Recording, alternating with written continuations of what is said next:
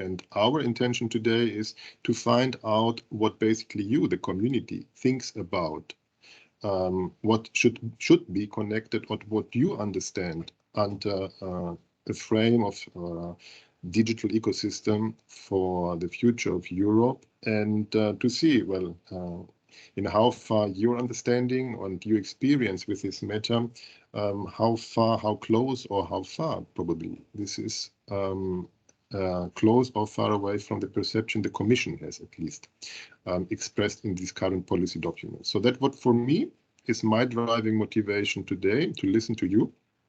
And yeah, as a starting point, maybe we can, of course, continue the round of, but since most of us, I think, are known to you individually, probably it would be now a good starting point to ask, is to get your perception. If, question one, action plan has reached your attention in the last year since it was presented.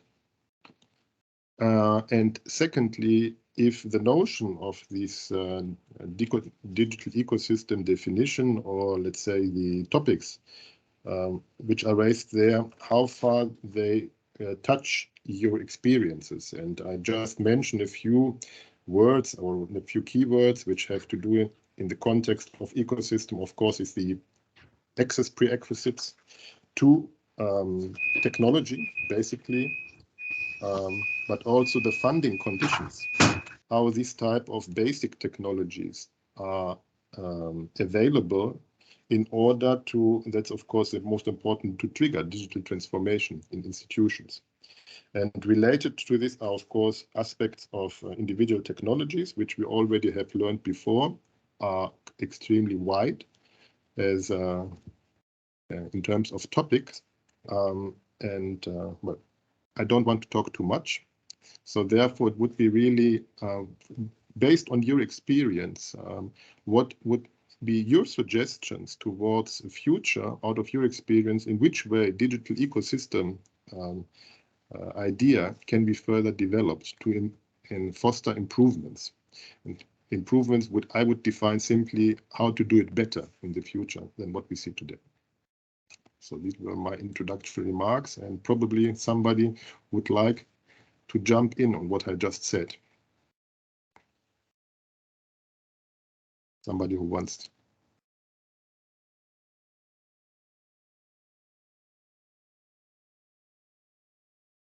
Somebody who take the lead.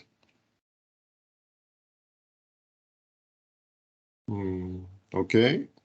Yeah, I will try it another way around. I see. Melanie, please. So maybe I can say something about this, what just came to us. I forgot to say that I'm working at Saarland University. So I'm in Germany, in Saarland at the moment. And there at the moment, there's a big propaganda of information, of computer science in school. And all the schools are at the moment equipped with digital technology, with tablet PCs at the moment. And they reach the schools as well, but the problem is that they are hosted by the ministries or by a central location, and the teachers cannot install any software on it. So it's very difficult. So the tablets are there, the software is there, but they cannot individually use it. And sometimes when they are updated, everything is deleted on the tablets. The communication didn't work very well, so there was a lot of frustration as well. And it takes a long time. So if somebody wants to use an app, it takes more than half a year sometimes to install it on the tablets. And that's a bit of a challenge, because the technology is there. There are also ideas for infrastructure, but it takes so long and the communication doesn't really work very well. So this is just, I don't have a solution yet, but it's the problem that is there at the moment. And the pupils are equipped from class 3 on. So from primary school class 3, all the school grades are now equipped. Yeah, so that's just one thing from my side. a wonderful example on the current situation. Somebody who wants to jump directly on with a similar, or in your context, a similar experience, different experience with this type of basic, really basic provision of technological means. Can I ask, are we talking about the digital ecosystem on local level or international level? Are we talking about the policy makings, or I don't understand exactly the concept. Like, could you maybe give more definition? What do you mean by this digital ecosystem? Because I didn't read any action plan since I'm just a community member, so I didn't study in depth of course. the project. If we just take the example from before, I would say it can be discussed on exactly all the levels that you just have mentioned, because the dimensions of the problem that has to be tackled, just citing an example like that, definitely it tackles the very local context, it tackles an administrative context, who is ordering such type of devices, who is governing or who is giving the who's taking care for maintenance, and who at all is setting up such type of support, or let's say policy, which type of policy is defined that at the end have these type of results. So I believe that the digital ecosystem can be discussed on several dimensions, and I wouldn't like to make now distinctions like we discuss it in this way, but in that way, but simply to try to, based on examples, probably to tackle them in such a way that we gain some insights well on which dimensions really have to be addressed properly in order to see what we see now an example here, a policy decision on a certain level, in which way it has results on a very practical and very negative practical impact, or it is impeding somehow progression. And basically that is probably how we can, I don't know if this answers your question, Vera, but that is, I don't want to to define it like this, like you want to talk this level. I think it is a kind of transversal approach that we take opportunity. Yeah, no, I just needed to wrap my head around it, because I think when talking about the ecosystem from our point of view, we did one project where, like within AI and AI community and AI issues are now like being a big buzzword throughout the Europe, right? And they're doing a lot of policies and activities around it. And I think there is one thing which we, from my point of view, we could apply also in here when talking about the digital ecosystem. And that's what I have learned from Israel, the science park. And they said, like, for good AI, you need technical infrastructure, which is what Melanie said, like you need it. And you need, of course, the human resources. I think that's everybody can relate to that one. And then access to data. And I think that could apply also within the digital ecosystem. Like when now we are trying to structure any IT strategy or any project strategy. So we are trying to wrap our projects around these three prerequisites. So I think that could, from my point of view, that goes also within that one, because we need skilled people, and we need these working infrastructure for anything which we want to do within the digital environment, and and access to data to learn from it. And that from more points, like we can say it also to students, if you want them to learn something, then they need some pool of the data, some sandbox where they can play and touch, feel what is going on, and then also us, where we can work with the data and so on. So that would be my kind of contribution to this topic, I think. Carsten. You're still muted, Carsten. Thank you. Sorry. One question: is your approach focused on two-dimensional digital teaching, or is it also the three-dimensional aspects?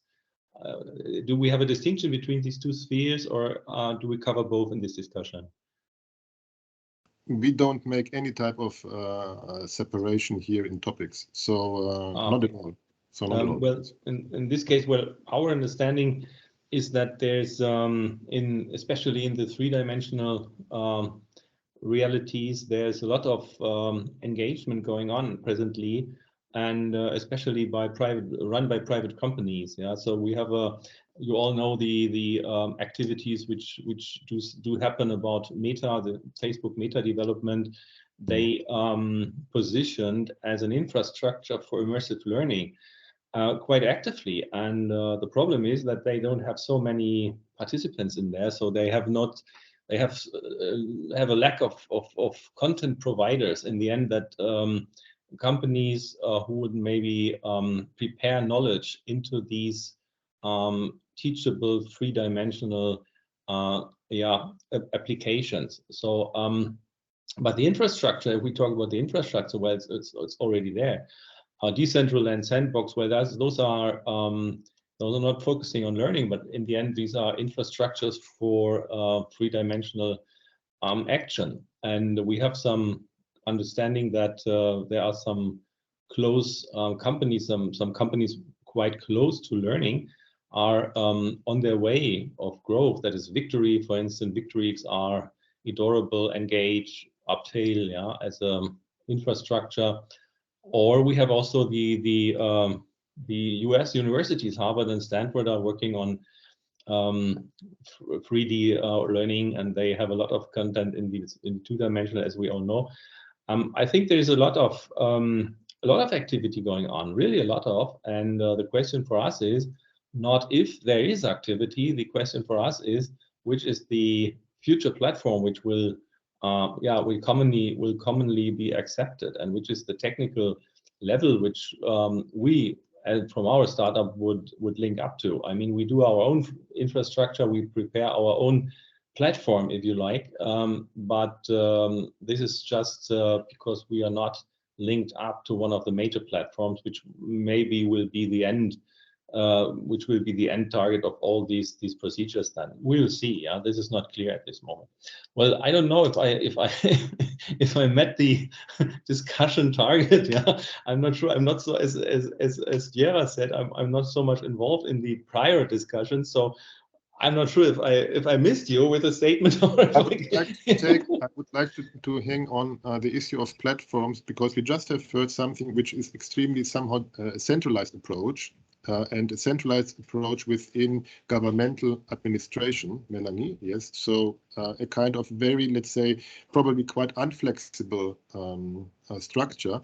And you mentioned now a kind of technological ecosystem approach, which is mainly driven by interest also, I would say, then of private companies, which focus very much on the platform ecosystem model, trying to bring people on their private, yes, question mark, from your experience, so that we see the business model that we know from the, let's say, the internet era until now, to be translated now in the metaverse into the 3D virtual, but basically having a similar platform model, centralizing actors on one platform in one technological ecosystem that you try to feed with technological advancements, but basically to attract users and even other service providers onto this platform, to set up business models in the context of this platform.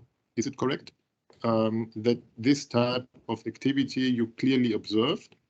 So a kind of, let's say, three-dimensionalization of the current business model of centralizing platforms. And if we now try to bring this, so that is clearly something you observe. We have the, let's say, the very basic needs still not addressed properly on the primary school level, probably here the most evident, at least in Germany.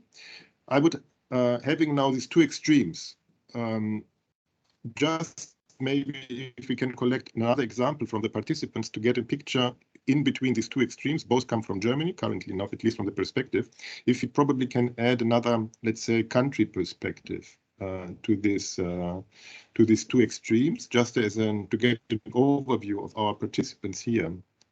Yeah, somebody of the others that we have. Yeah, let me, I don't know, can you hear me? Yes. And understand. Hello, Great. I'm Claudia Hartschmidt from University for Industry, actually very close to, and sorry, I'm in a train and it's loud and it's probably hard to understand, but I haven't joined the coffee talk so far.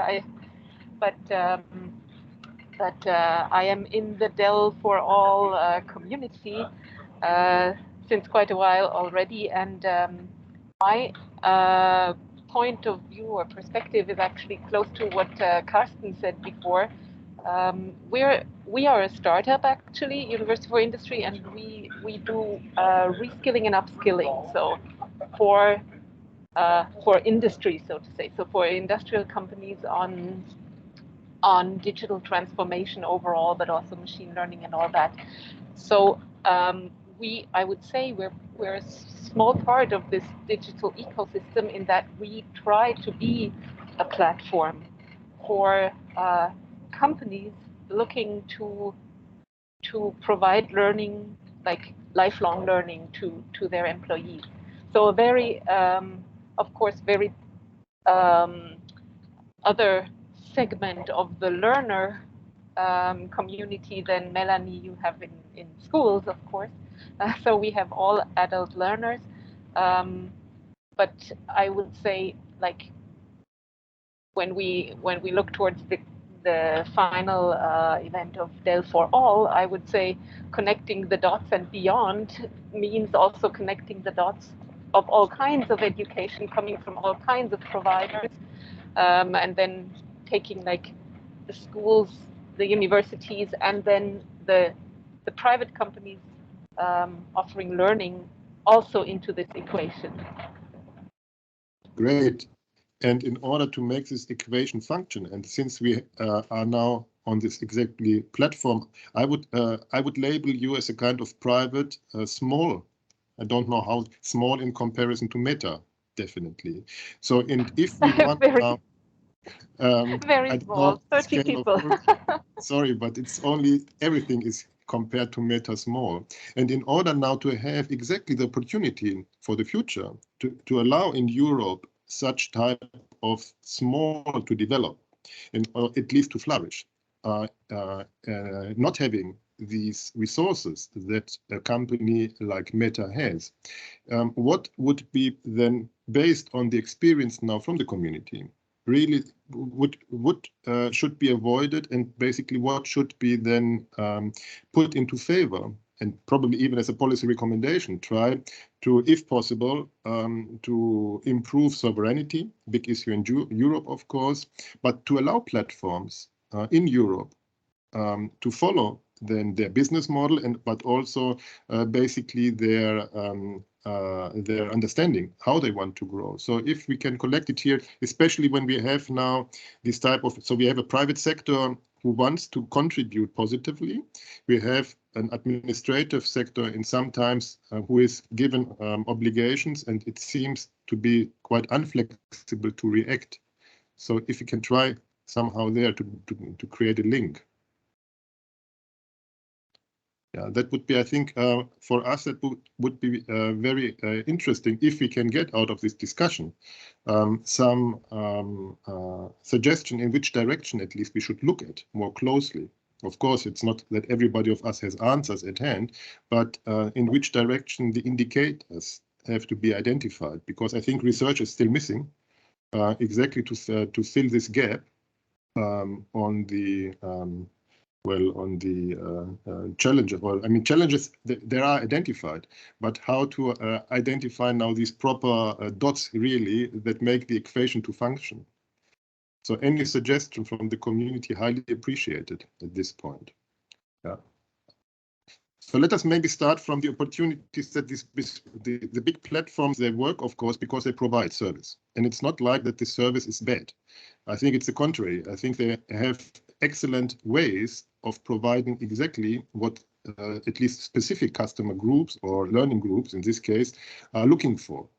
And probably that is the best way to identify now alternatives, to see what is basically attracting users then to, if we take now even the 3D example, what is attracting those well, users, in the terms of if it is users, to jump on to the services provided? Because I think that is a hook to jump in. It's not about the quality of the service. I think the business model that probably behind this, it's not that sustainable in terms of education. Can I? I don't know if I completely understood what you were asking for, but I think the simplicity is the key. Like simplicity, because there is so much information and just the level of the policy and all the rules and the regulations and so on. And I'm just lost. I'm supposed to be representing, for example, Slovakia in AI community, and I'm completely lost because there is so much stream of information. And so if I'm searching for something, I'm like, I just go for simplicity. If there is a quick and simple and clean explanation, then that is the key. And that goes also to the, like, when we are picking the tools or the platforms or something, then they have to have just straightforward and a simple explanation. And that is the key factor. And when it comes to the business models, I can see from the project point of view that a lot of projects are suffering with the business models. Like they have sure, everybody's writing about the sustainability and so on, but when it comes to the end of the project, then almost nobody is able to keep up with the promises which they give and how to keep it alive. And so the business model, I think that's something which nobody is putting that much attention at the beginning. And then 1 month before the deadline or finish line of the project, then they start to think about it, like, oh, how do we secure it, and so on. So that one is also something we just needs more attention. I think the business models, they need more attention, and if there would be some better choice of the tools or something to help to figure out the proper business model, that would be also very helpful. But again, there are so many options, and it's so difficult to choose the correct one for the non-profit organization, for the university, for just a simple project which is based on some Horizon Europe grant and so on. So that's all for me. A typical research context that you describe here. I'm not sure, Carsten or Melanie, who was first. So I choose a lady in this Melanie case. was first. Melanie was first. Thank you very much. I absolutely agree with Viera. The simplicity is very important, that there is a simple user interface, and it also has to be functional. So it has to work, it has to be stable in work. And especially for schools, it is very important, the data protection rules. I think that is the biggest issue at the moment, because a lot of software isn't allowed to be used anymore, especially in Germany, because of the data protection rules. So yeah, that's what I wanted to add. Yeah, Carsten. Yeah, from the perspective of the business model, and if we talk about three-dimensional learning, well, our understanding is the thing is quite determined, because we have a lot of investments to do in setting up proper learning sessions. So 3D work is not cheap. Yeah, we need technicians. We need technicians who know the programming, and well, it's not that programming only. It's also about maybe sound design. Yeah, if you have a three-dimensional learning session without a sound design, well, it does not make sense, because the three-dimensional immersive feeling will be very much influenced by the sound. And so one thing comes to the other. So it's not only the programming of the pixel, it's about the whole setup. It's about the storyline. It's about the didactics. It's about a lot of things. So from my understanding, we have a barrier. And the barrier is these are the basic investments which have to be done for these learning programs. And that would imply that the business model in the end only works out fine if there's a kind of scalability behind it. Yeah. So if there's just one school, to make it a bit like, more to bring it down a bit. Yeah. If we have just one client for one school, maybe, and this client wants to have a specific three-dimensional learning program, will not work. So we need a large international scalability to bring back these investments. And that will sort, and from my perspective, that will sort out a lot of players. Yeah. We do have some players in the market, they do a pretty good job. And this is maybe, yeah, what you said is part of this complexity thing. Yeah. But what we will observe, the money will be empty after a while, and we will see that these things are sorting out. And that is my guess on my, well, let's say my prediction that there will be not so many players surviving. That is one thing. And the second thing is, well, we have to see that in the next years, 90 million of young school leavers will move into the university market. And this is Generation Z, and they are trained, or they are prepared, they are inspired by gaming. They are inspired by nice environments. They are not inspired by two-dimensional distance learning, which we did in the Corona times as a fast track from our presence, from our attendance-based learning into something which we need to do because of Corona. Yeah. So we choose these, where we are meeting today, these online call tools, and that will properly, or that for sure will not be enough for this generation. And I believe that there's a sorting out effect. Yeah, that this generation will ask questions which we don't foresee now, and they will sort out the competitors. And they will, if these 90 million, and that's not all the target countries, it's just part of it. If they will move into this scene, and we have some offerings which are quite attractive, I think then we will have a sorting out effect. That's my perspective. So you are taking the lead for the real digital natives, yeah, which grow up in a completely different type of perception of the digital world that our generation did. I understand this approach, and that is calling for much heavier investment, yeah, probably, obviously, it will require, it is leading to that. And at the same time, you say not many will survive on the side who are providing it. So it will lead somehow to a type of, well, that also on the other, how do you say, the provision for such a service, of course, will ask for return of investment, at least return of cost. And this, of course, poses a question from which, what is the benchmark, at least for applying, starting point? How much you already have to provide as a technical capacity and also capacities in terms of providing more resources? I see that Dr. Sharma, sorry, if this is the correct. Another contribution, please. Hi, my name is Sharina, Dr. Sharina Yunus. Yeah.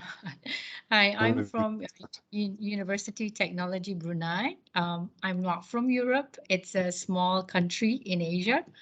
But I have to agree with what Carsten has said, that with regards to the Gen Z, they're definitely more tech savvy.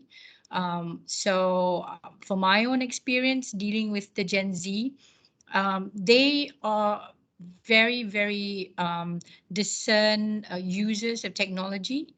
We have very young children who are already on board with Roblox. They're creating their own environment, learning environment.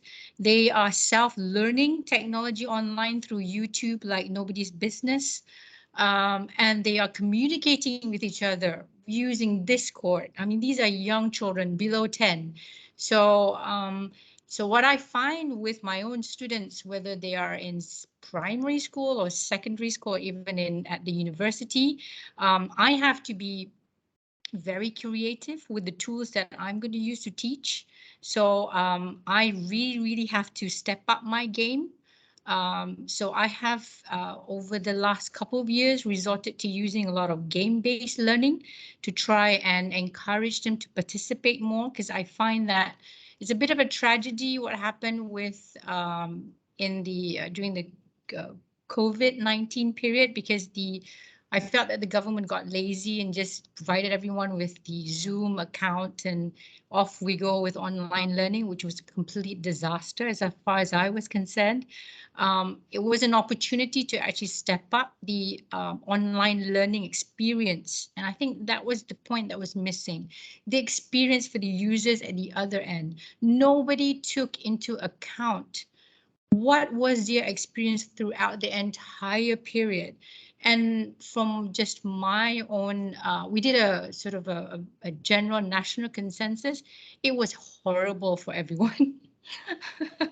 The teachers were burnt out. The students were burnt out as well.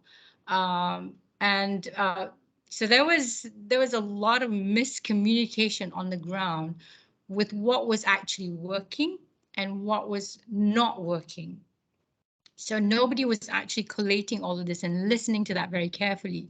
As I said, the Gen Z are very, very tech savvy. They know exactly what they want and they know what exactly will work.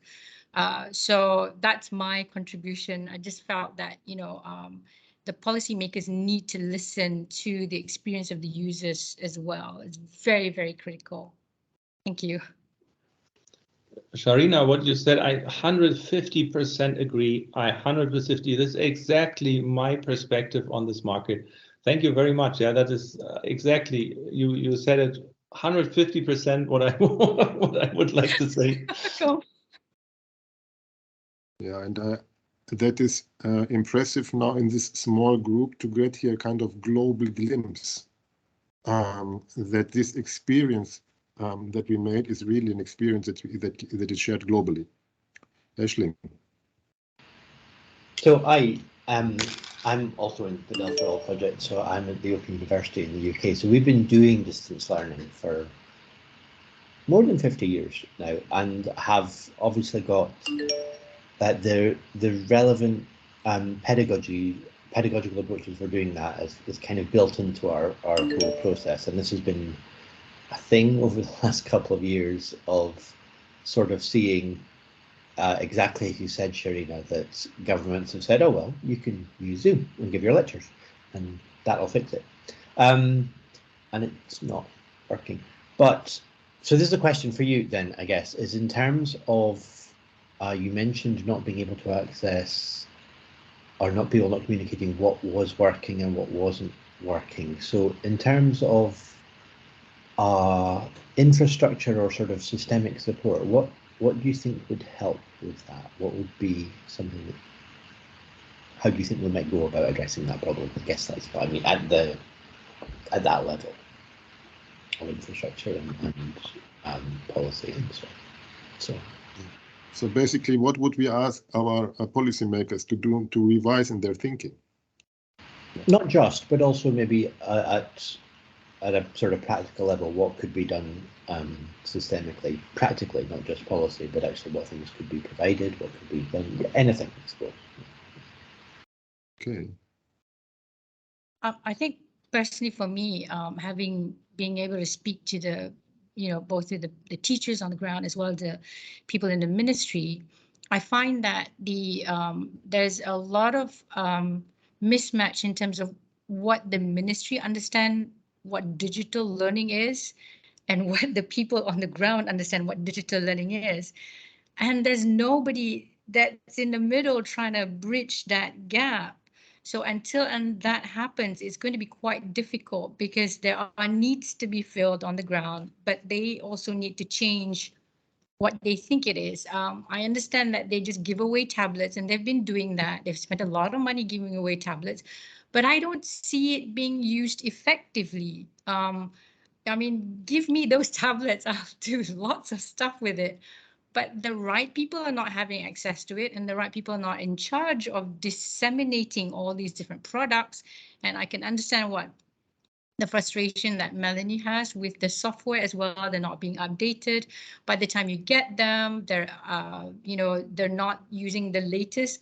I mean, I do online gaming using robotics and everything with the students. So those kind of platforms move very, very fast. They change. You know, I'm using version 5. Next thing you know, 6 months, you know, down the road, it's version 6 now.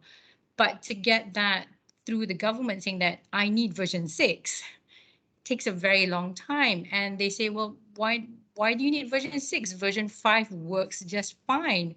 And there we go again, trying to explain that, yeah, yes, but. So that's the, you know, we need somebody that that can understand the needs of both. They have to create, I don't know, maybe put everybody in one roof. Yeah, great summary of experience. I think that everybody of us made somehow in a similar way, even if it's just from the private side, if you have schools, children in school. So there was a question, Aisling, your question was in which way to improve. So probably if we can try now to identify at least some glimpses, just maybe from your direct working environment, what probably has been a workaround currently, and maybe we can think about making this workaround a kind of practice that is promoted. Yeah, in which way probably solutions that have been identified can be shared in a better way, like and to find a way of probably sharing this type of solutions to spread the word.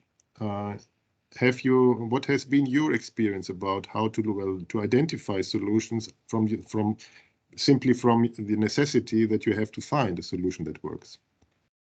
So your search strategy, probably your search and validation strategies in this regard. It would be interesting to learn as well.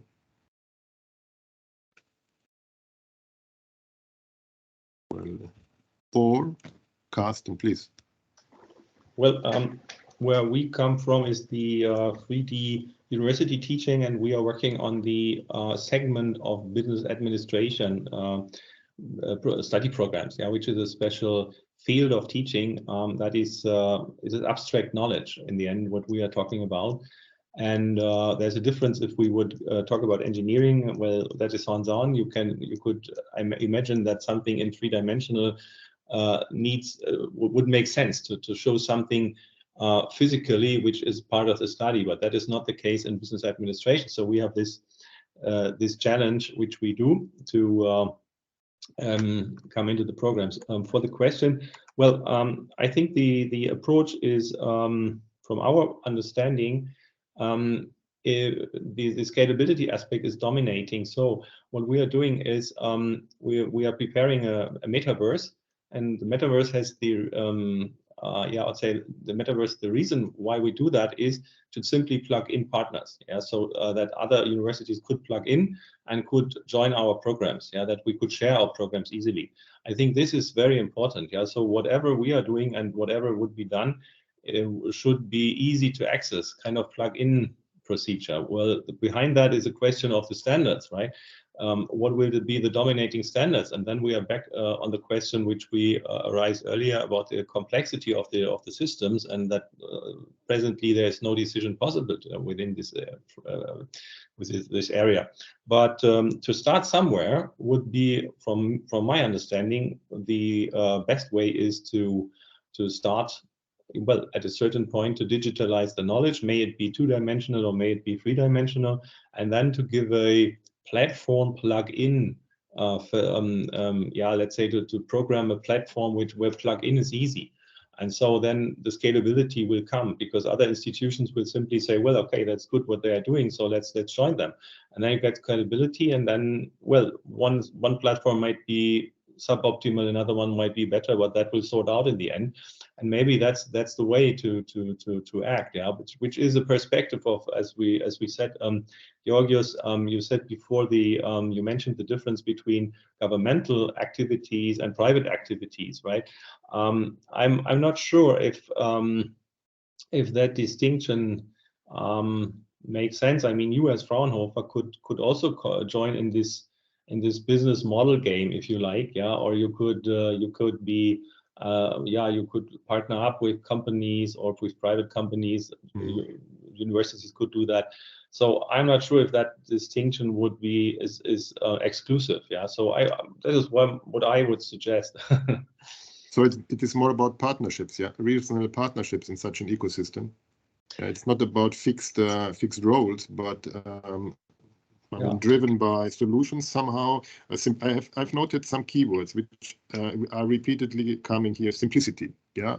So it is service delivery in terms of that you really have value for money. You call it maybe probably in a business language.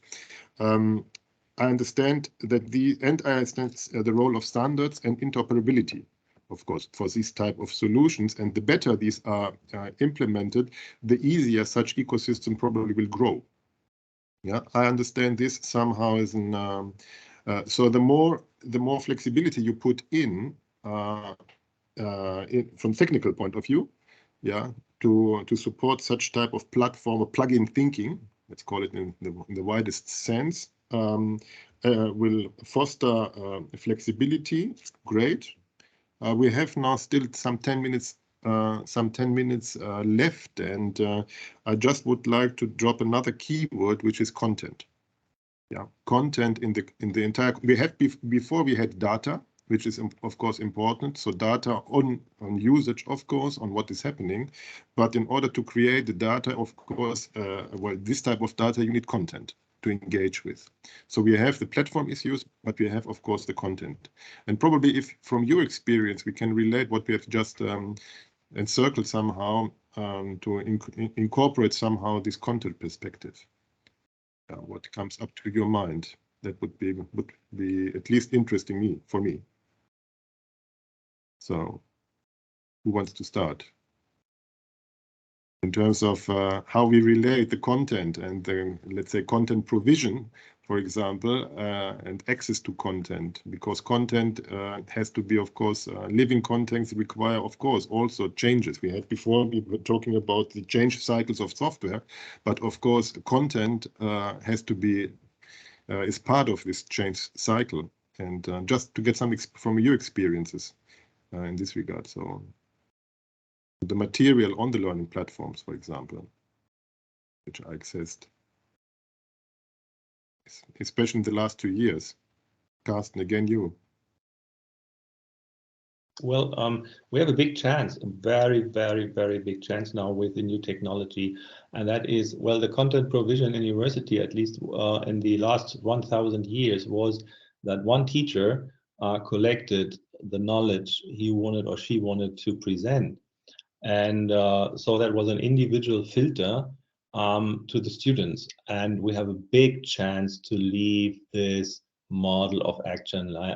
What we could do with this new technology platform approaches is we could involve many teachers for one lesson and not one teacher for many lessons. Yeah, so we have such a big chance of creativity and yeah, it's tremendous, and we have chance of contribution of many, and I think this is power, enormous power to lift up the level of content within the lectures. And well, I mean, for us this is yeah, inspiring. Melanie.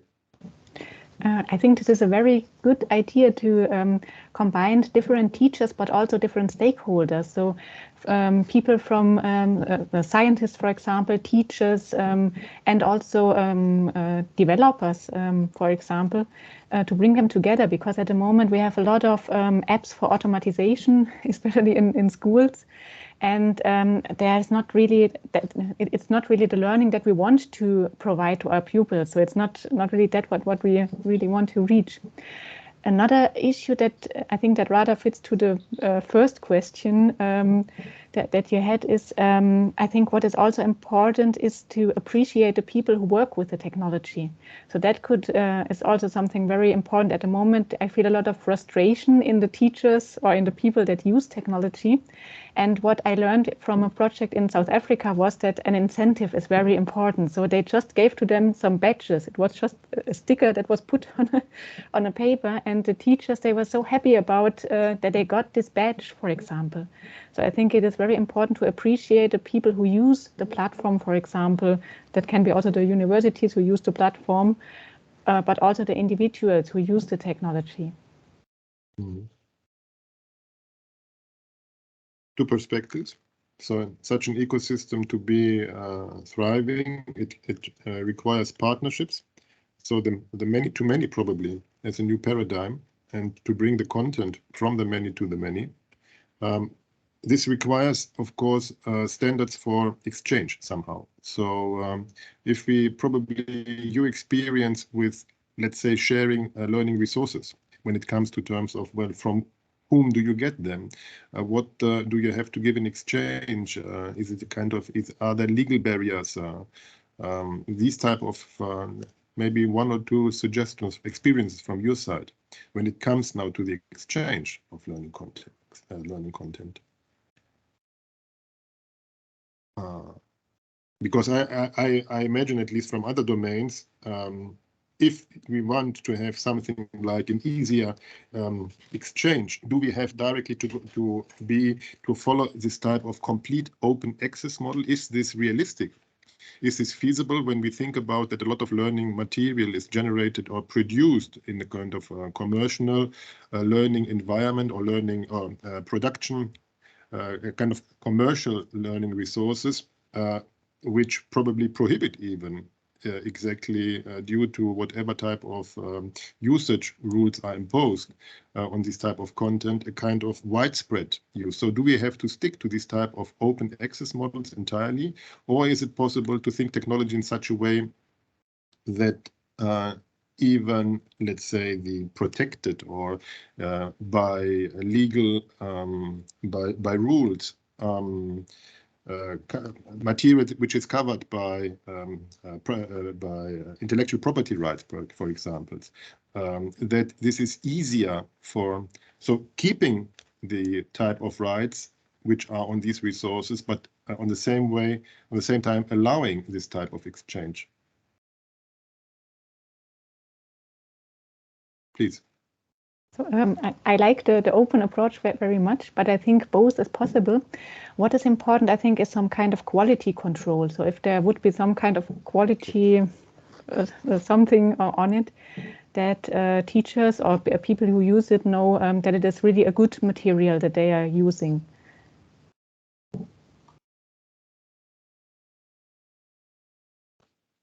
Absolutely right. So what is your experience with what could be a benchmark for quality?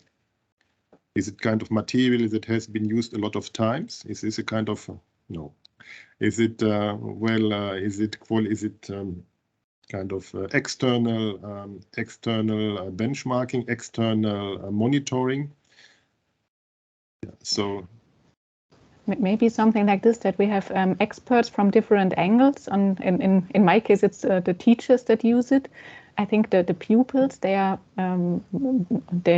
think they didn't have been asked until now if it works, and also people from science, so the pedagogical and the didactical aspects behind the material, something like that. Aisling. So different perspectives, including different perspectives. I got that. Yes. So I guess a minor note, and then also a suggestion, just to see what you think of it. And one is, in a project a couple of years ago, I discovered that the school curriculum in Poland, I think, the national curriculum in Poland had been converted to use open educational resources throughout comprehensively. So all the material it was being based on was able to be taken, adapted, reused for other things. And that therefore had obviously I guess the Ministry of Education sort of approval of it. So in that sense, that's almost like the most extreme in terms of an individual country, in terms of quality metric. But these kind of things do exist. Most of the materials in Polish, of course, so translation would be the main form of adaptation for outside, for other contexts where that's not language. Then a suggestion just to ask, so in terms of quality, what does that mean to you? What things would you look for to say, oh, this is good? It's maybe, yeah. Any of you, but yes, Melanie, say. The magic question. Yeah, I think that's a very, very good question. It's very difficult because I think we have to ask the people who use it and what is good quality for them. I think it depends on how you want to use it. That's the thing. And I think that we should not have this extreme that everything should be replaced by technology, because especially in primary school, it's very important that the pupils still grab the things with their hands and see it in real life as well. And it is also, it can be a good idea to use such an app for automatization that can also fit into the school curriculum, but it's not, I sometimes see these extremes that the teachers only used, especially during Corona, they only used this. There was one app in Germany that was very popular that was only automatization, and the teacher said, okay, so I'm now using digital teaching and the pupils are working and I can see their progress. But it was only automatization. There was no procedural knowledge behind it. Yeah, so but it's a really good question. I don't really have a proper answer to this yet. Use perspective. But I think that is already great.